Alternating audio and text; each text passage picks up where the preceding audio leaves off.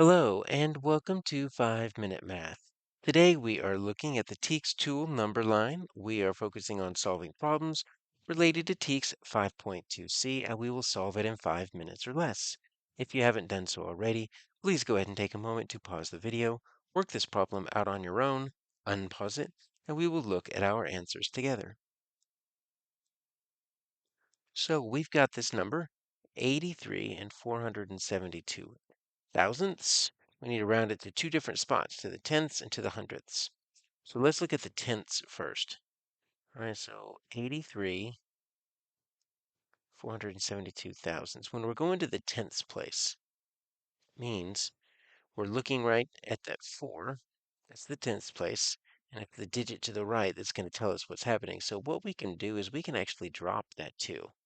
That 2 is going to have no impact on what happens. And so let's just pretend it's 83.47. And so we can build a number line here. And this is going to visually represent. Now 83.4, right, is going to be our lower bound. And then we just need one more tenth. We're going to the tenths place, so just add 1/10. It's going to be 83.5. And so what I'm looking for is what's that midpoint between 83.4 and 83.5?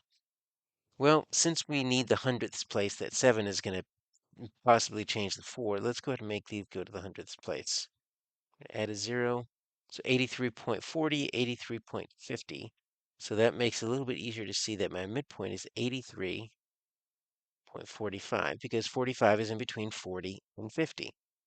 So now this becomes kind of easy to put. It's going to be right around here.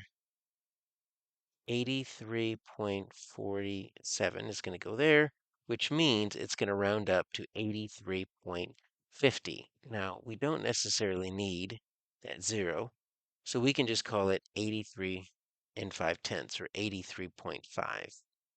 And that 2 in the hundredths in the thousandths place didn't do anything for us. All we would do here is if we were to round without the place fight or without the number line, we would just take a look at the digit next to the place we're rounding to. So in this case, we're rounding to the tenths.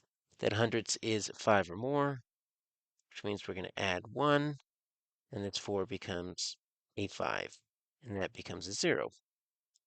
Now we could do the same thing, and let's go to the nearest hundredth. So 83 and 472 thousandths. We're rounding to this place, which means we're going to need that. We're going to go ahead and need that too.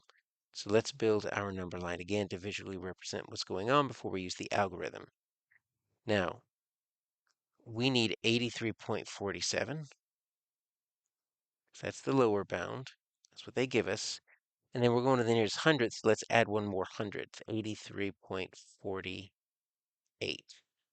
And we need a midpoint. But when you look at the midpoint between 0.47 and 0.48, it's kind of hard to see. And so we're going to add the 0 since we are going to the thousandths place. And now I can find a midpoint between 470 and 480. Right, that's going to be 83 and 475. We see how 475 is in between 470 and 480. Now, it's easy for us to see where this 83.472 goes because we are going to see that it's at 472 on that number line is going to be right around there. Really, we're just kind of ignoring the 83. Everything's got an 83. We're looking at the decimals. And 472 thousandths is going to be right around there, which means anything that's not including that 5, right? So anything that is 83 point like 474 and below is going to round down. So that's going to end up rounding. If we look at this, right, anything 4 or less goes away. Nothing happens to it. That 7 stays the same. And so it ends up becoming 83 and 470. That's the closest one. Now, we don't see that. Remember, we ended up adding a 0 just to make it make more sense.